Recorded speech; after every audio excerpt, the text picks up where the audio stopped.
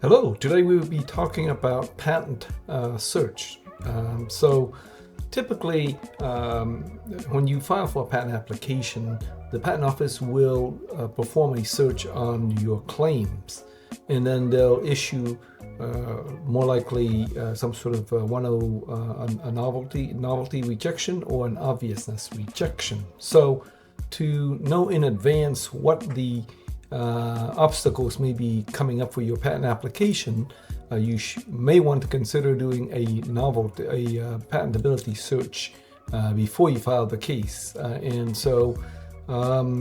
When you have the benefits of the patentability search includes the following. Number one, increased likelihood of a patent grant because you're already aware of the prior art, and when you write the claims, they already map around the prior art. Second is that there is a cost of doing the patent search, but correspondingly, if you can get your patent allowed faster with fewer rejections, then it reduces your costs because you don't have to deal with the rejections, as many of them. The other part is because when you review the result of the search, you can have your claim to be very specific. The claim can be can be narrow and yet still be extremely valuable in a crowded space. So specificity is not a bad thing. The other thing we can do is we can have those details in dependent claims to increase the likelihood of allowance. Some of the claims don't get allowance the first time. The search is also going to improve the quality of your application because you then can write the patent application and focus on what is novel rather than just doing a generic description without any particular aim on where to focus on and where you're defending where you write defensively to avoid the prior art. When you do a search, you can also increase your competitiveness because now you're going to understand who is in the space based on the companies that have filed patent in this space. And when you understand that, you can better position your resulting end product in the market because now you're aware of who else possibly is participating in this space. So it's a type of market research.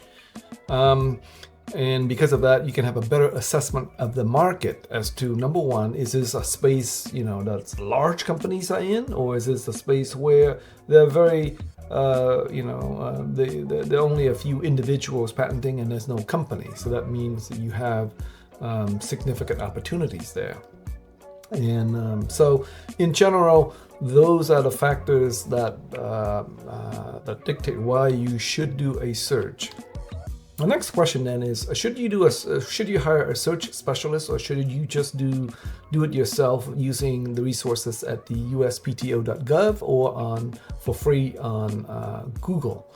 So there are a number of factors on this, but I think it's okay to do a first pass sanity check using the free software tool, using the Google tools and the Patent Office tools. However, for key inventions that may be very important to your company, you should consider using a search specialist. And in that search, you should specify that an international search be done. So where you can scan perhaps in countries that are significant, like let's say the European countries, or in Japan, or in China. And so it's going to be it'll be expensive, but then you're going to get your money's worth because now it's a global search. Right, there are search specialists with access to the database and also into the language translation tools. They can do this a more efficient job than you can do it by yourself. So another question is, if you don't see a similar product on the market, do you still need to do a patent search? And the answer is yes, you do, because sometimes people invent without entering the market. So you might have individual inventors who come up with a great idea and they patent, but they never actually sell a product. So those are the basic factors. Now, one thing you need to remember is that the patent applications are kept secret for 18 months. So the patents are kept secret for 18 months. And because of that, even if you spend all the resources, you may still not be able to find a prior art in that 18-month secrecy period. And if that company happens to use a provisional period, provisional filing prior to filing the non-provisional application, the 18-month period is actually now 18 plus 12, or 30 months of secrecy that you won't be able to see. So if you're in the medical space, you may not be able to see, the prior art that you're afraid of may be hidden because they're in this 30-month period. When you couple in the provisional delay plus the 18-month publication period. So what are the potential ways you can do to minimize that risk of, unseen obstacle, right?